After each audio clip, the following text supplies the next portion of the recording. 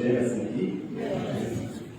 हम प्रभु का आज फिर धन्यवाद करते हैं कि परमेश्वर ने हम सबों को ये मौका दिया है कि हम उसके वचन में से और बातों को जान सकें।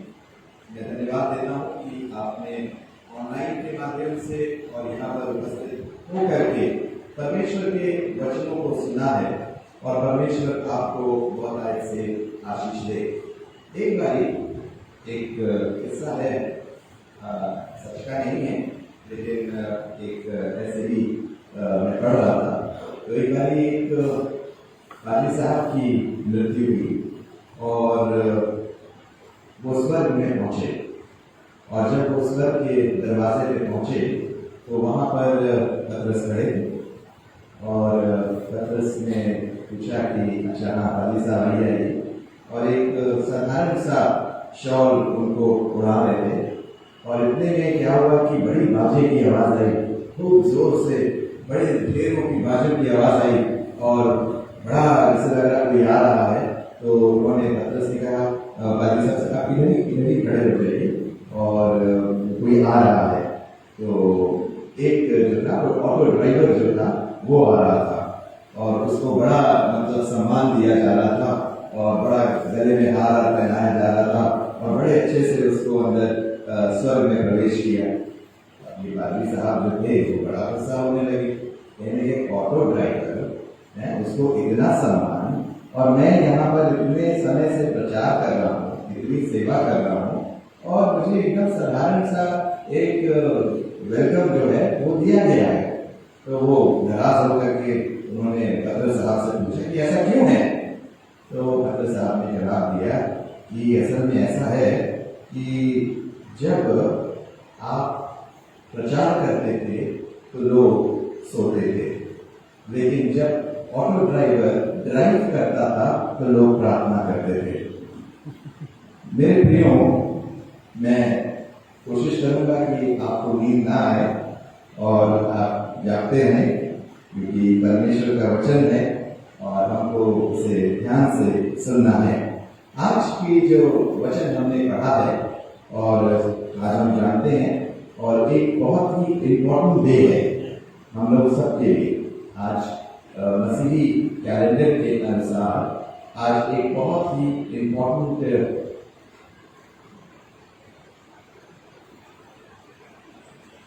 एक अनाउंसमेंट आ गया। यूपी 32 HU 6443 इंग्लिश कार है, ब्लू कलर की कार की लाइट ऑन है, आपकी बैटरी बैठ जाएगी फिर वो। हाँ, बैटरी बैठनी ही चाहिए क्योंकि आपको वापस भी जाना है। बैटरी चार्ज रहनी चाहिए। मसीही जीवन जो है वो हमेशा चार्ज रहना चाहिए। अगर लगे कि ड्रेन आउट हो रहा है, इस कोरोना वायरस के समय में हम लोग काफी ड्रेन आउट होते चले जाते हैं, लेकिन परमेश्वर का वचन हमको क्या करता है, चार्ज रखता है। और जब हम चार्ज रहते हैं तो हमें हमारे अंदर समर्थ रहती है। थैंक यू पादरी साहब। मैं आपको बताना चाहता हूं कि प्रभु यीशु मसीह यहाँ पर है। इन वचनों में हमने जब पढ़ा ऊपरी कोठरी में है और समय नजदीक है और एक आखिरी भोजन वो अपने चेलों के साथ करते हैं। फेयरवेल मील जिसको हम कह सकते हैं। अब जा रहे हैं यीशु मसीह, अब समय पूरा हो रहा है तो उन्होंने सबको बुलाया और बुला करके एक साथ रिफाकत करी और भोजन किया। और उस भोजन को जब हमने बाद में इसको जब पढ़ा गया और चेलों ने जब इसको लिखा और उसको समझा तो ये भोजन जो था वो साधारण भोजन नहीं था। इस साधारण भोजन में बहुत ही रहस्यमय बात छुपी थी जो पहली शताब्दी के मसीहों ने पाई और उसके बाद से लेकर के आज तक वो जो भोजन हुआ उसकी हम आज भी याद करते हैं और जिसको बोलते हैं प्रभु भोज, लॉर्ड्स सपर, लॉर्ड्स सपर। लॉर्ड्स प्रेयर है, प्रभु की प्रार्थना है, इसी तरह से प्रभु भोज भी है जिसको हम लॉर्ड्स सपर, प्रभु भोज बोलते हैं। और इसके बारे में कई जगहों में इसका विवरण दिया गया है। अगर आप सुसमाचार के पाठ को पढ़ेंगे मत्ती रचित सुसमाचार उसका 26 और उसकी 17 से 30, मरकुस 14 12 से 26, लूका 22 7 से 9, यहाँ पर इन बातों का जिक्र किया गया है। यीशु मसीह क्या कर रहे हैं? अपने चेलों के साथ जो है वो भोजन कर रहे हैं। उन्होंने रोटी ली और धन्यवाद करके तोड़ा और ये कहा, यह मेरा क्या है? बदन है जो तुम्हारे लिए तोड़ा जाता है, दिया जाता है। और उसी के बाद उन्होंने प्याला लिया और इसमें दाखरस दी और ये कहा, ये मेरा लहू है जो तुम्हारे पापों की क्षमा के निमित्त बहाया जाता है, पापों की क्षमा के निमित्त बहाया जाता है।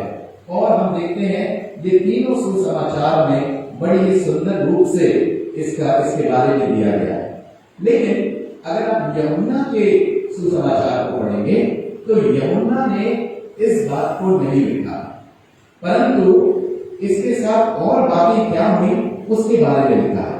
जैसे कि आज पादरी साहब ने यूहन्ना और उसका 13वां अध्याय पढ़ा और उसमें पासोवर मील का जिक्र तो है, लॉर्ड सपर का जिक्र तो है, लेकिन वो बातें जो मरकुस, लूका और मत्ती करते हैं उसको नहीं करी, परंतु यीशु मसीह ने के बारे में यूहन्ना ने 2 इंपॉर्टेंट बातें कही। पहली कि यीशु मसीह ने उसी दिन चेलों के पांव धोए और उसके बाद हम देखते हैं उन्होंने एक आज्ञा दी। हम उस पर आएंगे वो कौन सी आज्ञा है। लेकिन बड़ी सुंदरता से यूहन्ना जो है वो यूहन्ना 2 में दिखाते हैं पानी दाखरस बदल गया। यीशु मसीह ने दाखरस ली और कहा, ये मेरा लहू है।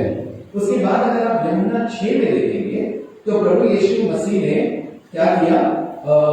5000 लोगों को भोजन दिया और उस रोटी से दिया। ये नहीं दिखाना चाहता था कि मैं भोजन देने वाला हूं, मैं कोई चमत्कारी हूं, लेकिन उसने उस भोजन को, उस रोटी को लिया और उस रोटी को लेकर के इस बात को कहा कि यह क्या है?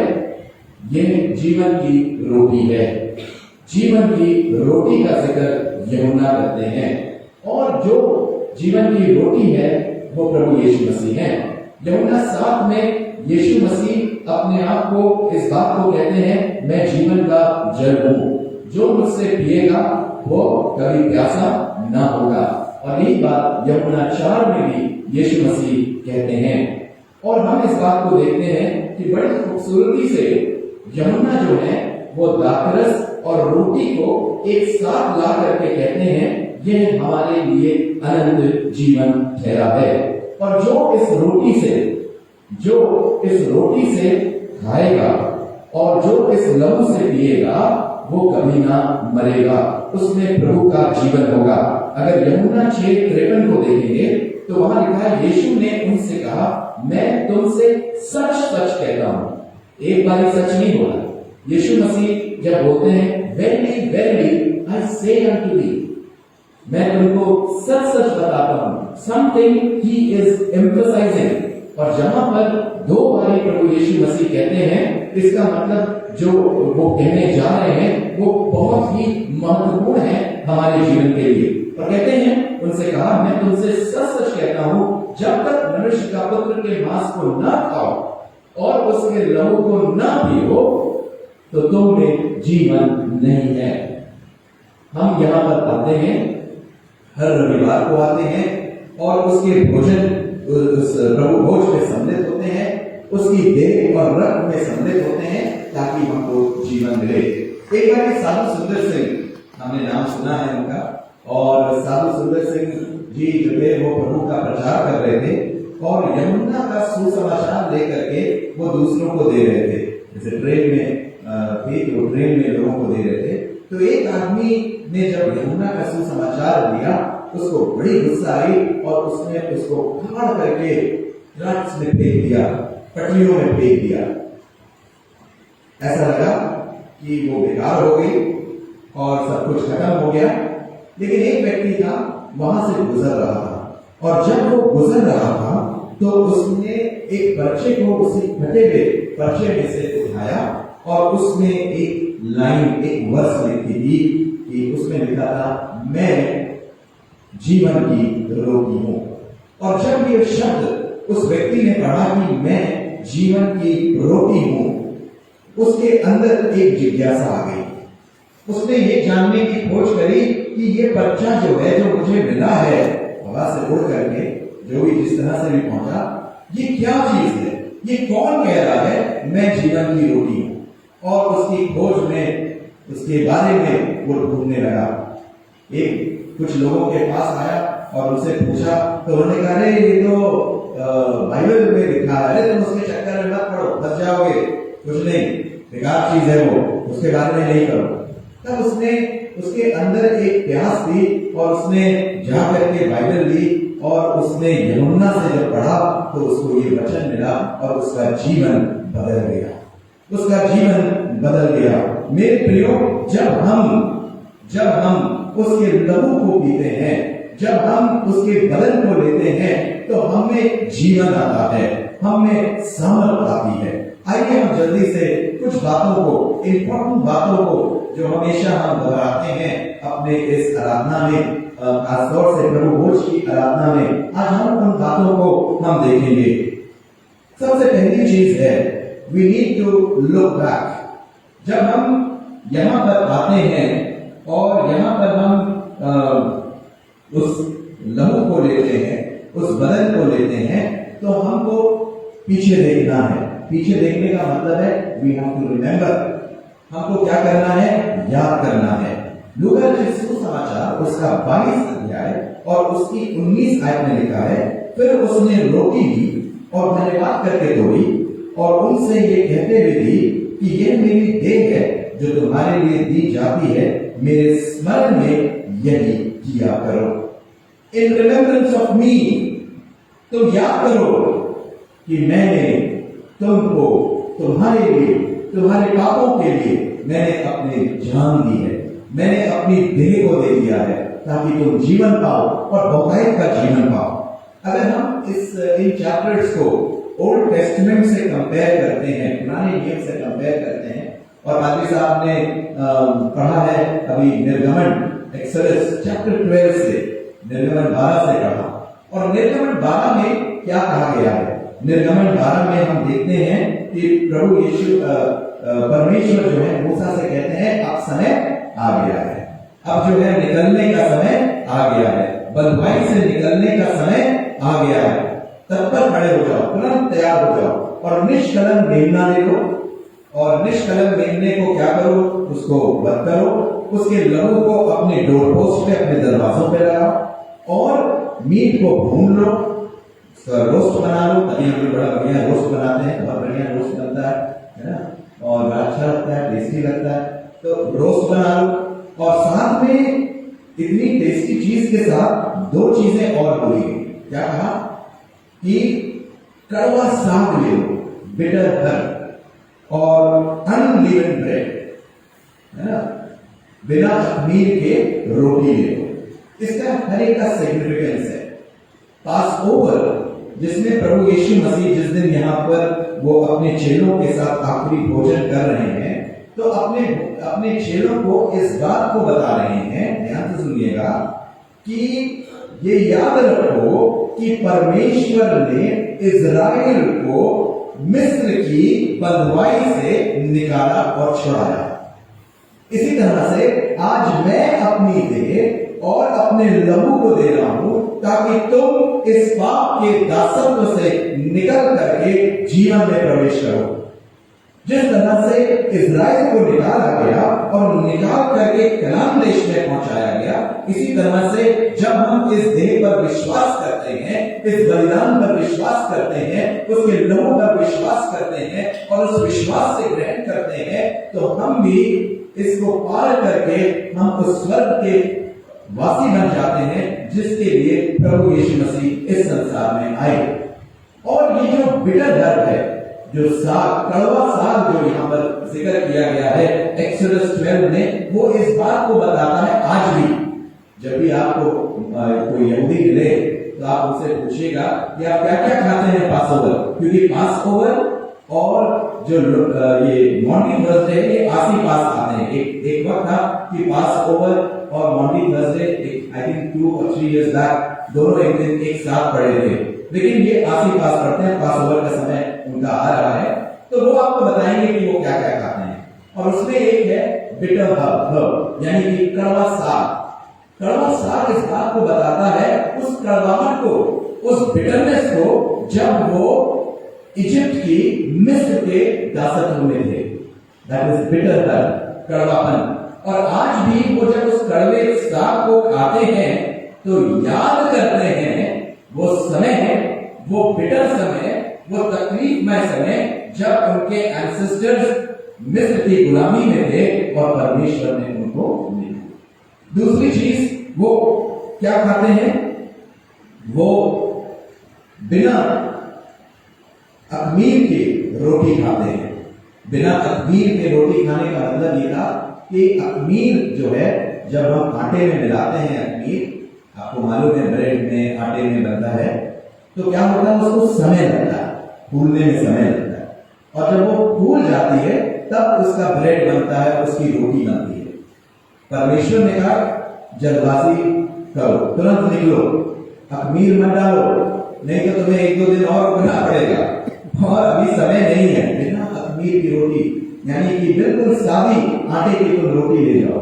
और जब हम उसको नए नियम से देखते हैं, कुछ बाइबल वर्सेस हैं, हम आपको बाद में बता देंगे, जब हम यीशु मसीह और पौल के बारे में देखते हैं, उनकी प्रीचिंग्स के बारे में देखते हैं, तो अखमीरी जो है वो इम्प्योरिटी को दिखाता है, इम्प्योरिटी को दिखाता है।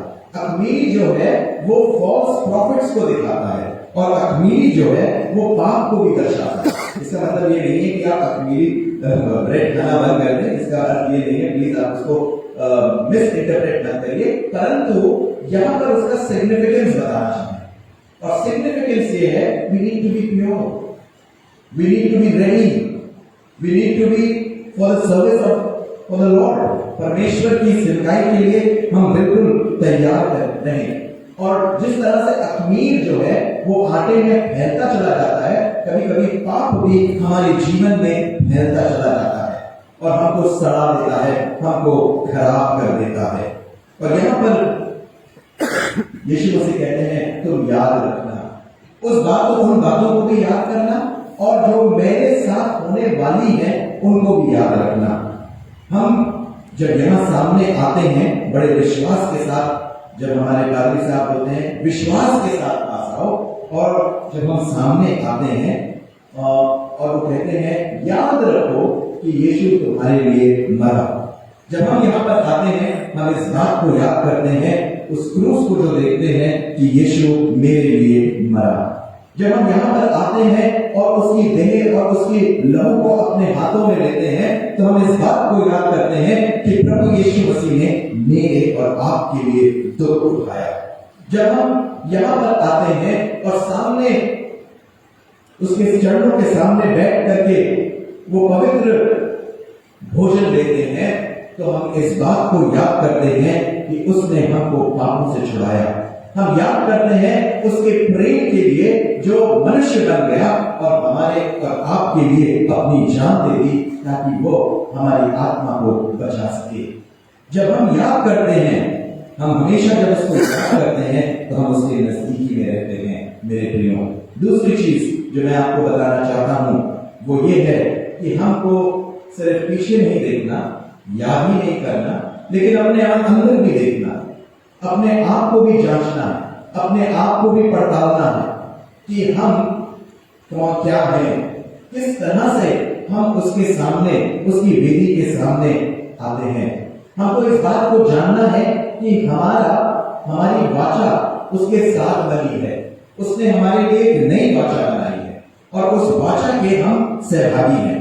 लूका रचित सुसमाचार उसका 22 और 20 में लिखा है, इसी रीति से उसने ब्याली के बाद कटोरे इस लहू में लिया, जो उसने कहा जो मैं तुम्हारे लिए बहाया जाता है, ये नई वाचा है।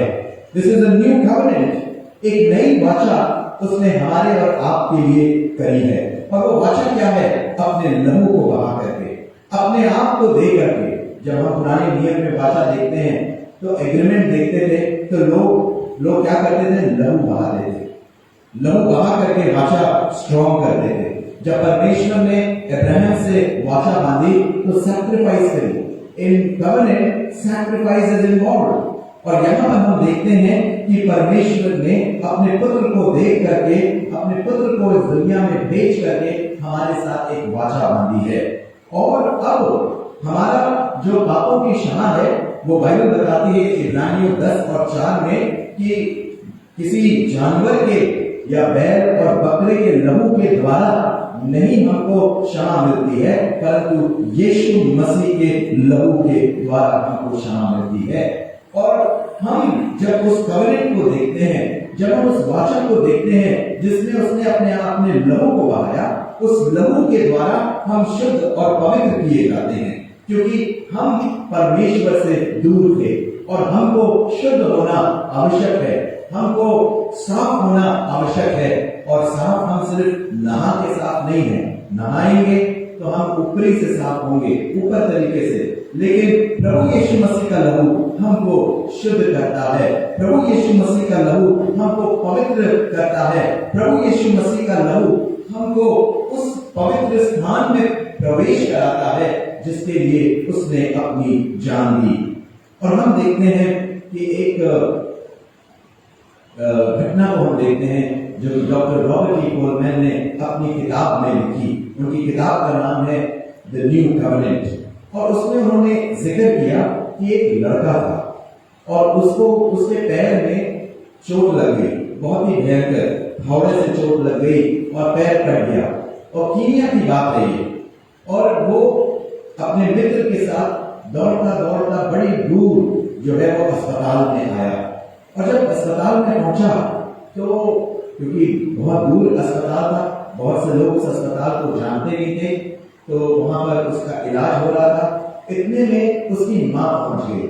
जब उसकी मदर पहुंची वहां पर तो लोगों ने उससे पूछा कि तुम्हें कैसे पता चला कि बेटे को चोट लग गई? तो मैं कि मुझे किसी ने बताया कि मेरे बेटे को चोट लग गई, इसलिए मैं दौड़े दौड़े चली गई। कहने कि तुम यहाँ तक कैसे पहुंची? क्योंकि यहाँ तो जल्दी पहुंचना आसान नहीं है। जबकि उस लेडी ने क्या कहा, आई फॉलो द ब्लड। मैंने उस लहू के निशान को फॉलो किया जो मेरे बेटे का लहू रास्ते भर गिरता गया। जब मैंने देखा मैं समझ गई कि ये मेरे बेटे का लहू है। इसी तरह से जब हम उस लहू में को अपने जीवन में ग्रहण करते हैं तो हम उस पिता के पास पहुंच जाते हैं जो पिता ने हमको बुलाया है अपने पुत्र के द्वारा। इसलिए ये देखना जरूरी है कि हम कौन हैं। हम उसके खून खरीदे हुए संतान हैं। हमको खरीदा है, हम तो नाश हो गए थे, हम तो शैतान के हाथों में चले गए थे। एक बार एक लड़का था और वो लड़का जो था वो बहुत ही नटोरियस लड़का था, और उसने एक दिन क्या हुआ कि एक चिड़िया पकड़ी और चिड़िया पकड़ करके पिंजरे में लेके जा रहा था। एक पासवान वहां से गुजर रहे थे और पासवान ने पूछा कि वो जानते थे कि ये लड़का जो है वो बहुत ही नौटी है और इसके अंदर कुछ ना कुछ चलता रहता है। तो उसने कहा कि तुम कहाँ जा रहे हो? तो कह रहे कि मैं घर जा रहा हूँ। यानी चिड़िया कहाँ लेके जा रहे हो? बड़ी खूबसूरत सी चिड़िया। कह रहे हाँ मैं इसको अपने पास रखूंगा। क्या तुम क्या करोगे इस चिड़िया का? कहने मैं इस चिड़िया के पर को नोचूंगा, उसके पर को काटूंगा, उसके पर ब्लेड चलाऊंगा। क्यों ऐसा करोगे? कहने मुझे बहुत अच्छा लगता है जब मैं इसको नोचूंगा, इसके परों को, इसको घायल करूंगा, मुझे बड़ी खुशी होती है। उसने कहा एक काम करोगे? मैं क्या? कहने कि मैं तुमको $10 दूंगा और तुम क्या ये चिड़िया दे दोगे? उसने कहा कि $10 और इतनी ऐसी चिड़िया? हाँ बिल्कुल, ये तो $1 के लायक नहीं है, आप दीजिए मुझे $10। उस व्यक्ति ने $10 दिए और चिड़िया को लिया, उसका पिंजरा खोला और उसको उड़ा दिया। मेरे लोग, यही मेरी और आपकी हालत थी। एक समय शैतान हमको पिंजरे में लेकर के जा रहा था। एक समय शैतान जो था वो तैयार हो गया था, अब हम इसको घायल करेंगे, इसको नाश करेंगे। कल हमने आपको बताया था यूहन्ना 10:10 से कि चोर चोरी करने, नाश करने और घात करने आता है, लेकिन यीशु मसीह इसलिए आया कि वो हमें जीवन दे और बहुतायत का जीवन दे। मेरे प्रियो, और यही है कि हम इस बात को जाने कि हम कौन थे, हमारी आइडेंटिटी क्या थी। We were nothing, we were useless, हम एक कीड़े के समान थे, लेकिन यीशु मसीह के द्वारा हमको एक आइडेंटिटी मिली, हमको एक न्यू बीइंग मिला, हमें एक नया मनुष्यत्व मिला, हमको एक आइडेंटिटी ऐसी मिली कि हम पिता के सामने खड़े हो सकते हैं। एक बहुत खूबसूरत गीत चार्ल्स वेस्ली साहब ने लिखा है, and can it be, Hindi का अनुवाद मुझे नहीं मालूम कि हुआ है कि नहीं, लेकिन ये बड़ा फेमस गाना है, एंड कैन इट बी। और उसमें एक स्टैंजा उसमें लिखते हैं कि मैं जो था वो काल कोठरी में बंद था, सारी तरफ से मैं चेनों से जकड़ा हुआ था, लेकिन जब यीशु की ज्योति मेरे जीवन में आई, चार्ल्स वेस्ली लिखते हैं, वो सारे बंधन खुल गए, दरवाजे खुल गए और मैं उठा और चला। और फिर कहता है, उस गाने में लिखता है, क्योंकि यीशु मसीह ने मुझे बचाया है, तो मैं जब पिता के पास जाऊंगा, अपने प्रभु के पास जाऊंगा, उस अंग्रेजी में कहता है, bold I approach to his throne। बड़ा खूबसूरत गीत है। और मैं उसके सामने बड़े हियाव के साथ जाऊंगा, क्योंकि मेरे यीशु ने मेरे लिए अपने लहू को बहाया है। तीसरी चीज जो मैं आपको बताना चाहता हूं, वी शुड लुक अराउंड। हमको पीछे देखना है, याद करना है, हमको अंदर देखना है अपने अंदर कि हम वाचा की संतान हैं, हमारे लिए लहू बहाया गया है। तीसरी चीज, we need to look around, हमें अपने चारों ओर देखना है, हमें एक दूसरे को देखना है, दैट इज फेलोशिप। मत्ती रचित सुसमाचार उसका 26 और 28 में लिखा है, क्योंकि यह वाचा का मेरा वह लहू है जो बहुतों के पापों के लिए की क्षमा के निमित्त बहाया जाता है, जो बहुतों के लिए, एक जन के लिए नहीं। मैं इसको लेकर के, या मैं इस बलिदान पर विश्वास करके, मैं इस सुसमाचार को लेके बहुत प्रसन्न ना हूं। एक बार एक व्यक्ति था, उनका परिवार एक गांव था, और उस गांव में एक बड़ी महामारी आई, जैसे पैंडेमिक आ गया, महामारी आई, और हर एक परिवार में लोग मर रहे थे, हर एक परिवार में लोग मर रहे थे। लेकिन कुछ दिन बाद इन्होंने ये देखा कि एक ऐसा परिवार है जिसमें कोई मृत्यु नहीं हो रही, कोई मृत्यु नहीं हो रही है। तो फिर उन्होंने कुछ दिन और वॉच किया, फिर भी देखा कि इस परिवार में कोई मृत्यु नहीं है, अच्छा बड़ा परिवार है, और हम लोग के सबके घरों में कोई ना कोई मर रहा है, यदि महामारी सबके घर में आ गई है। तब ये कुछ लोग जाते हैं, गांव के एल्डर्स जाते हैं, और वहां पर उनके घर में पहुंचते हैं और पूछते हैं, भाई ये बताइए कि हम लोग यहाँ तो मृत्यु होती चली जा रही है, आप लोग सब क्यों बचे हुए? तब जानते हैं उस परिवार वालों ने क्या कहा, कहने पास में एक पहाड़ी है और वहां पर जड़ी बूटी मिलती है, एक प्रकार का कि पेड़ है, उसको हम ले आते हैं और खा लेते हैं। तब इन लोगों ने कहा कि आप जो है, आप लोग बहुत सेल्फिश हो, यहां लोग मर रहे हैं और आपसे ये नहीं हो सका कि आप बता दें कि इस जड़ी बूटी से हम बच जाएंगे। मेरे प्रियो, हम इस बात से प्रसन्न ना हो कि हम बच गए हैं, इस बात से प्रसन्न ना हो कि मेरा उद्धार हो गया है और मैं अब स्वर्ग में प्रवेश करूंगा, नहीं। लेकिन हमें भी इस सुसमाचार को, इस खुशखबरी को दूसरों को बताना है। जब मैरी मैगदलीनी ने देखा कि यीशु मसीह जी उठे हैं, वो दौड़ती ही गई और उसने चेलों को बताया। She became the first evangelist after resurrection।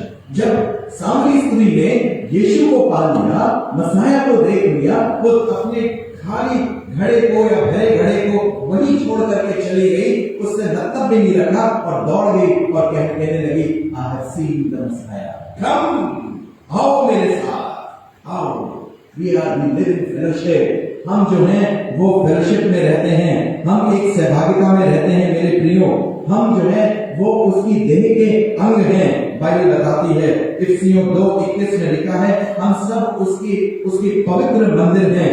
इफिसियों 3:15 में लिखा है, हम सब मिल करके उसका घराना बनाते हैं। We live in fellowship. Table जब सामने आती है, टेबल में एक जन नहीं बैठता है, हमारे यहाँ टेबल में सब बैठते हैं परिवार के लोग।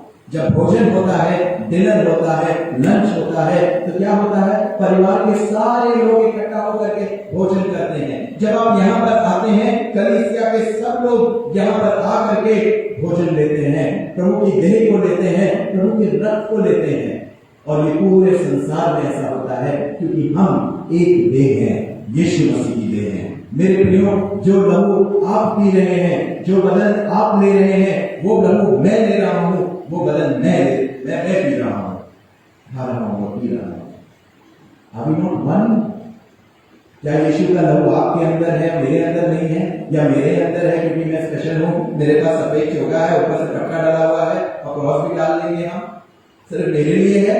नहीं, ये सबके लिए है। And that is why we are one. तभी तो यीशु मसीह यूहन्ना 17 में जो मैंने आपको एम्फसिस कराया था, he was praying for unity. वो एकता की बात करते हैं मेरे प्रियो, और वो हमको न सिर्फ एक इंडिविजुअल के रूप में देखते हैं, परंतु साथ में ही हमें एक परिवार के मसीह की देह के अंग के रूप में हमको देखते हैं। वी आर इन फेलोशिप, और जब हम फेलोशिप में रहते हैं, हम एक रहते हैं, शैतान जो है वो हमारे जीवनों में, हमारे परिवारों में प्रवेश नहीं कर सकता, हमारे अंदर किसी प्रकार का विभाजन नहीं ला सकता, क्योंकि we are one in Christ, we are one in Christ my dear friends. इसलिए मैं आपको बताऊं, आज कलीसिया क्यों नहीं बढ़ती है, क्यों नहीं बढ़ती है? इसलिए नहीं बढ़ती है, हमारे जीवनों में विभाजन है, हमारे अंदर जो है वो एक दूसरे के प्रति तमाम तरह की स्वार्थ भरी भावनाएं हैं। उसके पास ऐसा क्यों है, उसके पास गाड़ी आगे क्यों है, उसके पास ये घड़ी क्यों है, उसके पास ये मोबाइल क्यों है, उसकी डिग्री इतनी अच्छी क्यों है? हमारे अंदर हम दूसरों को देख देख करके अपना जीवन बिताते हैं, परंतु हम उस क्रूस को नहीं देखते जो हमको सामर्थ और बल देता है। चौथी चीज जो मैं आपको बताना चाहता हूं वो ये है, लूका रचित सुसमाचार उसका 22 अध्याय और उसकी 17वीं आयत। तब उसने कटोरा लेकर धन्यवाद किया और ये कहा, इसको लो और आपस में बांट लो, क्योंकि मैं तुमसे कहता हूं, जब तक परमेश्वर का राज्य न आए तब तक मैं दाखरस अब से कभी न पीऊंगा। He is waiting. He had one fellowship on the earth, farewell, आखिरी भोजन उसने किया, अब एक और भोजन बचा है और वो उस भोजन का इंतजार कर रहा है, और वो इंतजार है उस आशा का। We have to look ahead, हमें आगे देखना है, और वो आगे जो हम देखते हैं, He is waiting, कि जब हम इसमें देखते हैं जब प्रभु आएगा और हम उसके साथ बादलों में उठाए जाएंगे, उसके साथ राज करेंगे, then there will be a fellowship, और हम सब उसके साथ रहेंगे, उसके साथ राज्य करेंगे। बाइबल बताती है, पहला कुरिन्थियों उसका 11 अध्याय उसकी 26 उसमें लिखा है, क्योंकि जब कभी तुम इस रोटी को खाते और इस कटोरे में से पीते हो तो प्रभु की मृत्यु जब तक वो ना आए प्रचार करते हो। हम यीशु मसीह की मृत्यु का ही प्रचार नहीं, परंतु उसके आने का भी प्रचार करते हैं। एक बार एक बहन थी और उसको हलवा बड़ा पसंद था, बहुत बढ़िया, उसको बड़ा अच्छा लगता था हलवा, और जब भी वो खाना खा लेती थी तो एक चम्मच अपने पास रखती थी और कहती थी, मेरी स्वीट डिश आने वाली है, मेरा हलवा आने वाला है, best is yet to come. और जब खाना हो जाता था तो बड़े मजे से गोल भर के हलवा खाती थी। जब मृत्यु उसके पास आने लगी, जब वो बुजुर्ग हो गई, मरने पर आ गई, तो उन्होंने पादरी साहब को बुलाया। अक्सर ऐसा होता है, जब ऐसी घटनाएं होती तो पादरी साहब लोगों को बुलाते हैं। पादरी साहब आए, बहन के पास बैठे, उनके लिए प्रार्थना करी, उनकी बातें सुनी। उन्होंने एक बात बोली उस बुजुर्ग महिला ने, कहने कुछ ही समय है मेरा जाने का, कुछ दिन बाद में चली जाऊंगी, लेकिन मैं आपसे एक विनती करती हूँ, पता नहीं मेरे बच्चे सुनेंगे कि नहीं सुनेंगे, लेकिन आप एक पासवान है, जरूर सुनेंगे। उसने बताइए, उन्होंने कहा, कहने कि मेरे एक हाथ में बाइबल और एक हाथ में चम्मच दे दीजिए। अब पादरी साहब को बाइबल तो समझ में आ गई कि भाई बाइबल तो ठीक है। तब उन्होंने बड़े धीमे से पूछा कि मैडम आंटी ये बताइए, बाइबल तो समझ में आ रही है, ये चम्मच नहीं समझ में आ रही, चम्मच का क्या करेंगे आप? अरे पादरी साहब, best is yet to come, आपको नहीं मालूम है, I am going to dine with my lord, मैं उनके साथ भोजन करूंगी and he will give me my halwa, वो मुझको हलवा देगा, because he said he will have fellowship with me. Last thing, आखिरी बात बता के मैं खत्म करूंगा, नहीं तो आप अपनी घड़ी देखने लगेंगे। वेरी इंपॉर्टेंट, वो है प्रेम। प्रेम जो दीनता को दर्शाता है, love that leads to humility. मेरे साथ आप निकाल लें यूहन्ना रचित सुसमाचार, उसका 13वां अध्याय, उसकी 34 और 35 आयत। इसको पढ़ेंगे। आइए हम एक साथ पढ़ते हैं इस वर्ष को, सब निकाल लें। यूहन्ना 13, 34 और 35 पढ़ें। मैं तुम्हें नई आज्ञा देता हूं कि एक दूसरे से प्रेम रखो, जैसा मैंने तुमसे प्रेम रखा, वैसे ही तुम भी एक दूसरे से प्रेम रखो। यदि आपस में प्रेम रखोगे तो इसी से सब जानेंगे कि तुम मेरे चेले हो। कितनी खूबसूरत बात है। ये बात कब कही यीशु मसीह ने? ये बात यीशु मसीह ने मॉन्टी थर्सडे के दिन कही, जिसको आज हम मॉन्टी थर्सडे बोलते हैं। ये एक मैंडेट है। ये जो यूहन्ना 13, 34 और 35 है, इट्स अ मैंडेट। मैंडेट का मतलब न्यू कमांडमेंट। जो न्यू कमांडमेंट अंग्रेजी में इसका अनुवाद, लैटिन में जो इसका अनुवाद है वो है मैंडेटम नोवा, न्यू कमांडमेंट। एंड मैंडेटम से वर्ड मॉन्डी आया है, जिसको बोलते हैं मॉन्डी थर्सडे, क्योंकि आज के दिन प्रभु यीशु मसीह ने हमको एक नई आज्ञा दी। और ये आज्ञा क्या है? तुम एक दूसरे से प्रेम करो। जैसे मैंने तुमसे प्रेम किया है, वैसे ही तुम भी एक दूसरे से प्रेम करो। और जब तुम प्रेम करोगे तब क्या होगा? लोग उनको कहेंगे यह यीशु के चेले हैं। They are the true disciples of Lord Jesus Christ. They are the true followers of Lord Jesus Christ. जब नाइसीन क्रीड, नीकिया का विश्वास वचन, कभी मौका मिलेगा तो हम उसमें भी कभी सर्मन हम देंगे आपको। नीकिया का विश्वास वचन जो है वो एक साधारण विश्वास वचन नहीं है। इसको कई समय लगा, 300 AD के टाइम में इसकी शुरुआत हुई, क्योंकि उस समय बड़ी हेरेसीज चल रही थी। एरियस कंट्रोवर्सी एक one of the very famous controversy थी, हेरेसी थी जो चल रही थी। और बिशप्स और चर्च फादर्स जो थे वो बैठे और उन्होंने लिखना शुरू किया। और ये ग्रीक में लिखी गई, फिर आगे लैटिन में भी लिखी गई। लेकिन जब इसका ग्रीक में हम इंट्रोडक्शन पढ़ते हैं तो उसके लिखने से पहले वहां पर लिखा है, let us love one another that with one mind we can may confess Father, Son and the Holy Spirit. आइए हम एक दूसरे से प्रेम करें और एक मन होकर के इस बात का अंगीकार करें कि पिता, पुत्र और पवित्र आत्मा है। क्योंकि उस समय बहुत सी कंट्रोवर्सीज चल रही थी। जब हम एक दूसरे से प्रेम करेंगे, एक मन होंगे, तभी तो हम एक चित्त और एक विश्वास हमारे अंदर होगा। अगर हमारे अंदर अलग अलग तरह से धारणाएं होंगी तो फिर हम एक कहां से होंगे? और जब हम एक नहीं होंगे तो हम हमारे अंदर प्रेम कहां से होगा? और जो यीशु मसीह आज्ञा दे रहे हैं प्रेम की, वो समराइज कर रहे हैं।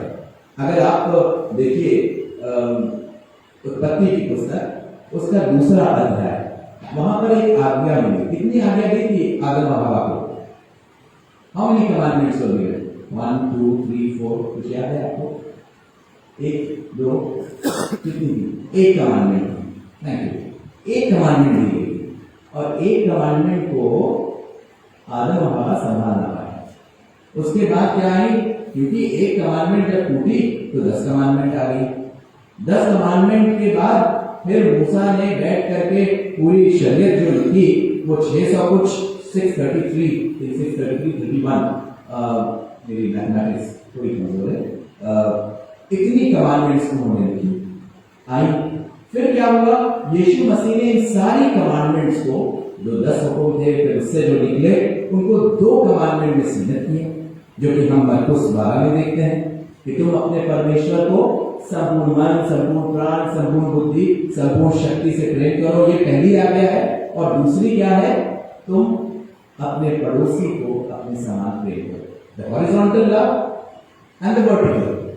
Now, it is very important to know that once we have received the blood and the body of Lord Jesus Christ, अब हमने उसके लहू को और उसकी देह को ले लिया है, तो अब हम परमेश्वर को जान गए हैं. हम परमेश्वर के बारे में हम बहुत प्रेम करते हैं. कौन फरीसी था जो कहेगा कि मैं परमेश्वर से प्रेम नहीं कर सकता? सभी कहते थे. लेकिन एक दूसरे से प्रेम क्या है, क्या होता है? अगर एक दूसरे से प्रेम करते तो यीशु मसीह को क्रूस पे ना चढ़ाते, एक दूसरे से प्रेम करते तो बरअब्बास को ना छुड़वाते. क्योंकि एक दूसरे से प्रेम करना बड़ा मुश्किल है. सास को बहू से प्रेम करना एक चैलेंज है, बहू को सास से प्रेम करना एक चैलेंज है, पड़ोसी को पड़ोसी से प्रेम करना एक चैलेंज है. इतना आसान नहीं है. माँ बाप को आज के दिन बच्चों को माँ बाप से प्रेम करना एक चैलेंज है. मैं तो सैन गवर्नमेंट यूनिवर्सिटी में कई साल मैंने सेवा करी एज ए चैपलिन. तो मैं देखता था कि जब ये क्रिश्चियन बच्चों की बात बता रहा हूँ, जब ये बच्चे आते थे पैसे मांगने के लिए माँ बाप को, बहुत से बच्चे थे जो बहुत से अच्छे बच्चे थे, लेकिन कुछ ऐसे बच्चे थे जो सिर्फ पैसे के टाइम पे अपने माँ बाप को फोन करते थे, बाकी कोई मतलब नहीं करते. रूडली बात करते हैं बच्चों से, माँ बाप से. ये सिस्टम हमारे कलीसियाओं में आ गया, हमारे परिवारों में आ गया और बड़े दुख की बात है. माँ बाप बड़ी बुरी तरह से बच्चों से पेश आते हैं. फादर समझता है कि जो मैं कर रहा हूं बिल्कुल सही कर रहा हूं, मैं ड्रिंक करके आ रहा हूं बिल्कुल सही कर रहा हूं. मेरे प्रियो, ऐसा ना करें. प्रेम जो है वो प्रभु की ओर से आता है, पवित्र प्रेम, और वो प्रभु से हमको मिलता है. इसलिए यहाँ पर हम देखते हैं कि प्रभु यीशु मसीह कहते हैं कि जैसा मैंने तुमसे प्रेम किया वैसे तुम भी एक दूसरे से प्रेम करो. ऐसा करने से तब तुम क्या होगे? Then we are qualified to be called his disciples. Are we his disciples? क्या मैं चेला हूं? क्या मैं कह सकता हूं मैं क्रिश्चियन हूं? क्या मैं कह सकता हूं मैं यीशु के पीछे चलता हूं? लेकिन जब प्रेम करने की बात आए तो मैं प्रेम नहीं कर सकता. एक बार एक व्यक्ति था, हर्मिट था वो, और वो हर्मिट जो थे वो अपने आप को उन्होंने संसार से दूर करके और अलग कर लिया था. और उनका जो भाई था वो कलीसिया में पादरी था. तो एक व्यक्ति आया, कहते हैं आज इसको हम लोग इस हर्मिट को, ये जो संत है, इसको हम लोग आज कोशिश करेंगे कि इसके ये पाप करे किसी तरह से. उसके पास गए, उसे कहने लगे, तमाम तरह के आकर्षण की बात करी, तो लगा कि नहीं, ये तो बहुत ही पवित्र आदमी है, बहुत ही अच्छा आदमी है. फिर किसी ने धीमे से बोला, तुम्हें मालूम है तुम्हारा भाई विषय में क्या? अरे वो कैसे बन सकता है? वो तो ये है, वो तो वो है, वो तो वो है. असली स्वभाव तब नजर आता है हमारा जब हम टेस्ट किए जाते हैं. टर्टुलियन जो अर्ली चर्च फादर थे, उन्होंने अपनी किताब में लिखा है कि जब उस समय पहली शताब्दी में जब लोग मसीहों को देखते थे तो कहते थे, देखो ये कैसा प्रेम करते हैं, how much they love each other. ये कोई सुपरफिशियल लव नहीं है, लेकिन ये इतना है कि ये अपनी जान देने के लिए भी तैयार है. अगर आप भाई बरेली से लखनऊ एंटर करें, मैंने तो 2-3 दफे देखा है, अब है कि नहीं मुझे नहीं मालूम, आप इसे कंफर्म कर सकते हैं. सूर्य ऑडिटोरियम है, सूर्य प्लेस है, ये आमी की है. मैं वहां जा भी चुका था, मेरी दादी का बर्थडे था. उसके बाहर लिखा हुआ है, रेफरेंस नहीं दिया है, कभी मौका मिले तो आप देखिएगा. Greater love has no one than this, to lay down one's life for one's friend. That is written there. Army headquarter में लिखा हुआ है. I don't know how many of you have seen, you are from Lucknow. It is written very clearly. See how Bible influenced our own people. How Bible has influenced the army. और उन्होंने बड़ा बात, उसमें ये लिखा है कि यमुना 15-13 से लिखा है. लेकिन प्रेम ऐसा होता है कि हम अपनी जान भी दे दें. और उससे पहले, जिससे पहले कि यीशु मसीह इस बात को कहें, तो हम उसमें देखते हैं कि भोजन के बाद उन्होंने उठकर अपने कपड़े उतार दिए, ऊपरी कपड़े उतार दिए और अंगोछा को लेकर के कमर में बांधा. तब बर्तन में पानी भरकर चेलों के पांव धोने लगा और उसी अंगोछे को जो कमर में बांधा था उससे पैर पोंछने लगा। That is a real servanthood. I am happy, मुझे बड़ी खुशी है। अक्सर मेरे पास फोटोग्राफ्स आती है, मैंने 2 दिन पहले ही बोला था कि आपके जवान और आप लोग सब मिल करके कलीसिया के लोग एक केयर ग्रुप चला रहे हैं। You are serving, you are called to serve. प्रभु यीशु मसीह कहते हैं मरकुस 10:43 में कि मनुष्य का पुत्र इसलिए नहीं आया कि उसकी सेवा टहल की जाए, परंतु वो इसलिए आया है ताकि वो दूसरों की सेवा टहल करे। We are called to serve. हमको बुलाया गया है ताकि हम सर्व करें। फिलिपियों 2:6 में लिखा है कि वो he was very much in the form of God but he took the form of servant। वो परमेश्वर का प्रतिरूप, लेकिन उसने क्या किया? दास का स्वभाव ले लिया। और जब उसने अपने ऊपरी कपड़े उतारे और अंगूठा लिया, he showed that he was wearing the robe of humility। वो दीनता का वस्त्र पहने हैं। Are you wearing the robe of humility? क्या मैं उस वस्त्र को, दीनता के वस्त्र को पहना हूं? अगर नहीं तो ये जरूरी है कि आज हम सीखें और हम अपने आप को दीन करें। ये बातें जो आज हमने जानी है कि हमेशा हम उस बात को याद रखें, उस क्रूस को याद रखें। यीशु ने हमारे लिए अपनी जान दी, उस वाचा के लिए जो उसने हमारे साथ बांधी है, ताकि हम इस बात को पा सकें कि उसके लहू के द्वारा हमारे पापों की क्षमा है। और सिर्फ हमारी नहीं, परंतु हम सब एक संगति में हैं, हम सब भाई बहन हैं प्रभु यीशु मसीह में। हर एक जन इंपॉर्टेंट है उसकी दृष्टि में। We are one. ऐसा ना हो कि भेड़िए घुस करके आपके बीच में विभाजन ले आए। कदापि ना करिएगा, ना परिवार में करने दीजिएगा, ना कलीसिया में करने दीजिएगा, क्योंकि हम एक हैं, हम प्रभु की देह हैं। और हम जो है हमें आगे देखना है। We have to look ahead, the hope that we have, we are going to be with him। लेकिन उसके लिए हमें एक दूसरे से प्रेम करना है, और वो प्रेम जो है वो सेवा भाव का प्रेम होता है। प्रेम बोलने में मैं प्रेम करता हूं, मैं प्रेम करता हूं, इससे नहीं। That is why Trinity is important. परमेश्वर प्रेम है। आप विश्वास करते हैं? मैं कहूं मैं प्रेम करता हूं। I need something to love. मुझे एक ग्लास चाहिए है प्रेम करने के लिए, मुझे कुत्ता चाहिए है प्रेम करने के लिए, मुझे इंसान चाहिए है प्रेम करने के लिए। अगर मैं अकेला हूं, इस पूरे संसार में कुछ भी नहीं है, तो I don't have the attribute of love, and that is why Trinity is important।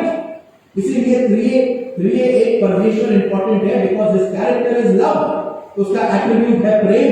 वो प्रेम किससे करेगा? If he is in single person है, तो वो प्रेम किससे करेगा? तो वो एट्रीब्यूट आएगा कहां से? इसीलिए there is love, unity and submission in Trinity.